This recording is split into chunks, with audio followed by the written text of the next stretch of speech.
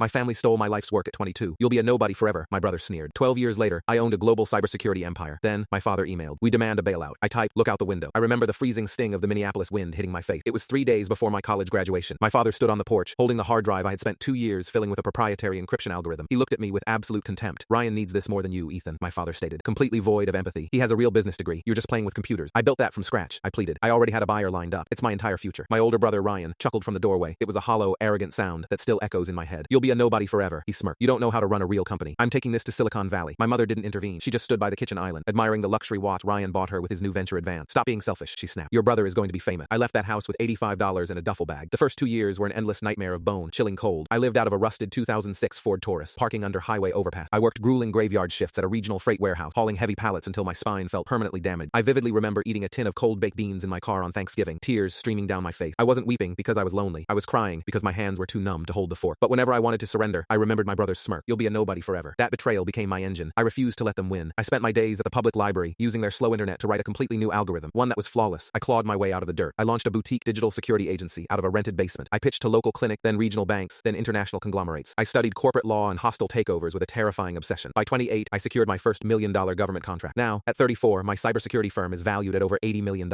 I operate out of a stunning penthouse office in Austin, and I own an estate that costs more than my family's entire net worth. I never looked back. I blocked their emails a decade ago. Then, last Monday morning, my private inbox pinged. The sender was my father. My blood ran cold. Ethan, it is your father. His tone was desperate, lacking the authority he used when he robbed me. How did you bypass my filters? I replied. Ryan's lead investor found your holding company, he wrote. We are facing a crisis. Ryan's stolen startup was currently drowning in a catastrophic data breach. Millions of user records were exposed, and they were facing a $15 million federal penalty. Their investors were fleeing. They were days away from prison time for gross negligence. We need your firm's premium containment software, my father demanded, slipping back into his toxic entitlement. Also, we need you to wire $5 million to cover Ryan's legal retainers. It is only fair you protect your brother's legacy. Then Ryan chimed in on a copied thread. Don't be petty, Ethan. Send the codes by Friday. We deserve a second chance after the stress you caused us by disappearing. They wanted a multi-million-dollar bailout. Look out the window on Friday at 9 a.m. I typed back. I am sending exactly what your company deserved. Thank God, my father replied instantly. I knew you would step up. Friday morning arrived. My executive assistant confirmed the operation was a go. My father called my office 20 times. I ignored every ring. Finally, a frantic text came through from Ryan. What the hell is going on? There are federal agents in our lobby. I didn't send containment software. I had spent the last 3 days working directly with the Securities and Exchange Commission. I handed over a massive encrypted dossier proving that Ryan had not only failed to update his systems for 5 years, but he had actively hidden the breach from his shareholders. I didn't save their company. I provided the exact forensic evidence the government needed to liquidate it. I sent one final email to my father. The $5 million